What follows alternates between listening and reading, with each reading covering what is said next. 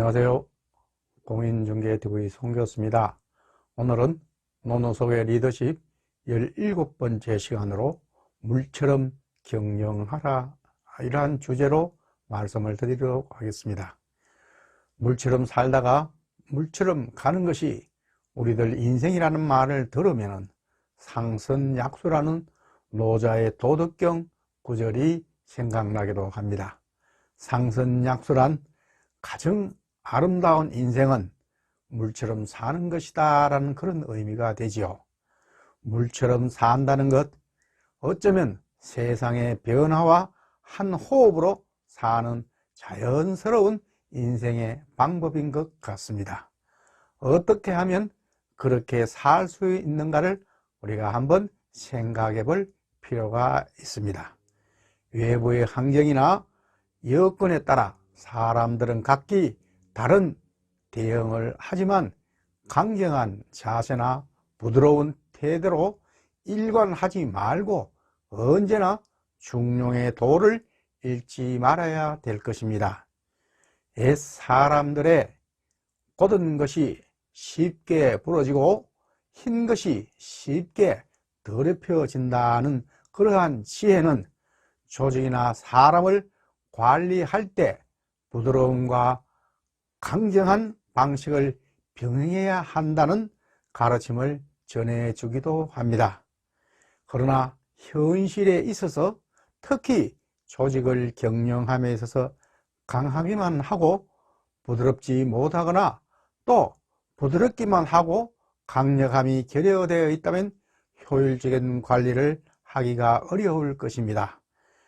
그래서 경영자는 어떤 자세로 구성원들을 대할 것인가 하는 분명한 잣대를 가져야 하기도 하지만 더욱 중요한 것은 항상 중용을 유지하면서 수시로 자신을 돌이켜보는 자세가 필요합니다. 논어에 나오는 이와 관련된 몇 구절을 전달하도록 하겠습니다. 논어 옥야편에 나오는 이야기입니다.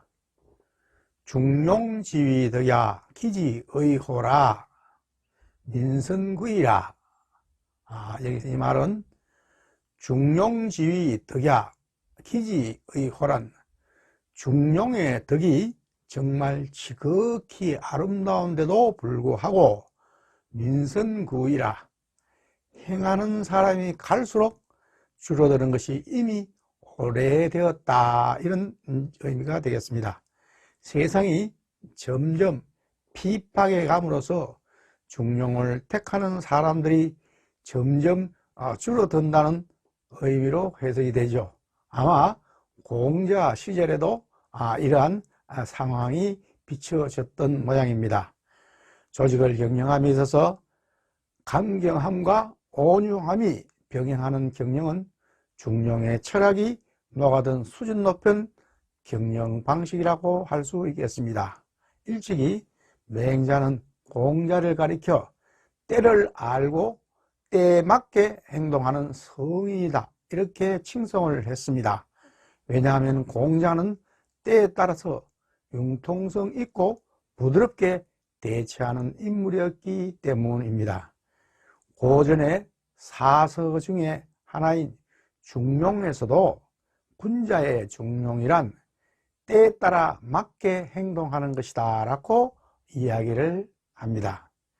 진정한 군자는 외부의 환경과 여건의 변화에 맞춰 적절하게 행동하면서도 말과 행동이 중용의 도에서 벗어나지 않게 하는 것입니다.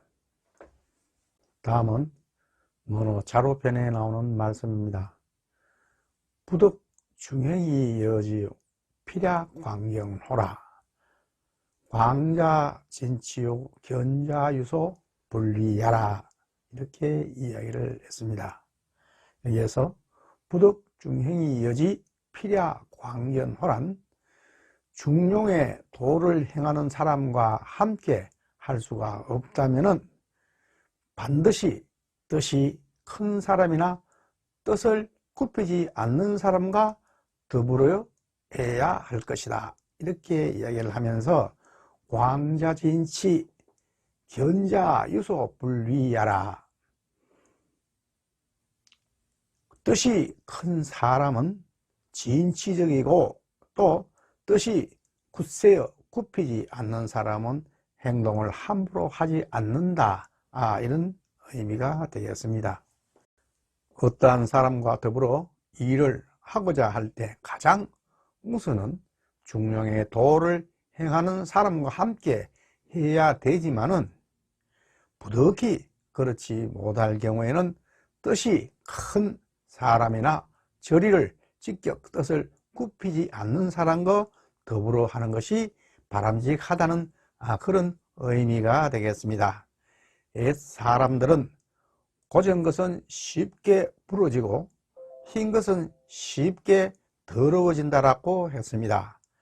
마찬가지로 경영에서도 부드러운 방식과 강경한 방식을 함께 사용하면 어느 한쪽으로 과도하게 기우는 우를 범하지는 않습니다. 강경하기만 하고 부드러움을 결여하거나 부드럽게만 해서 과단성 있게 결정하지 못한다면 좋은 결과를 얻을 수 없게 됩니다. 따라서 어떤 태도로 사람을 대할지 고민을 하되 중용의 도리를 항상 염두에 두고 처신해야 좋은 결과를 얻을 수 있습니다. 중용과 노자의 사상은 서로 통하는 바가 있는 것 같습니다. 세상 사는 강함으로 승리할 수 있는가 하면은 부드러움으로 이길 수 있는 것도 있습니다. 어느 날 노자의 스승인 상룡이라는 분이 노자에게 물었습니다. 내 혀가 아직 있느냐라고 물으니 노자가 대답하기를 네, 있습니다 라고 대답을 했습니다.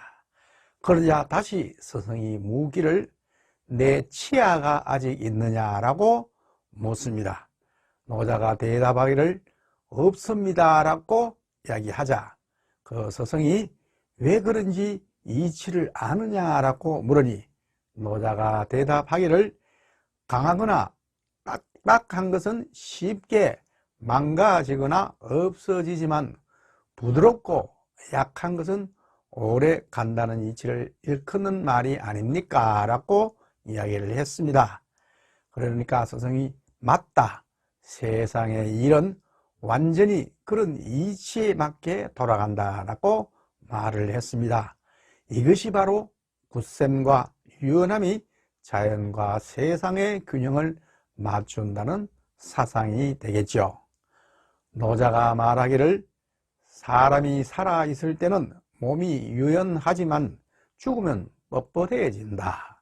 또 초목은 생장할 때는 부드럽고 약하지만 죽은 다음에는 딱딱해진다. 그래서 강하고 굳센 것은 죽었다고 할 수 있고 부드럽고 약한 것은 생장하고 있다고 할 수 있다. 이야기를 하면서 후에 노자는 세상에서 가장 요약한 것이 가장 강한 것을 이길 수 있다라고 했습니다. 세상에 물처럼 부드럽고 약한 것이 없지만 또한 물을 이길 수 있는 것은 없다는 사실이 노자의 말을 증명하고 있습니다.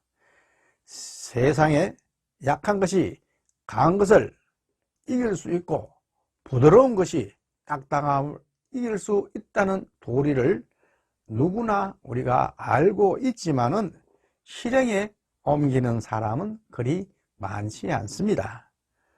노자는 강함과 굳셈에 숨겨진 모순에는 주목을 했지만은 약함과 부드러움에 대해서는 별로 언급하지 않았습니다.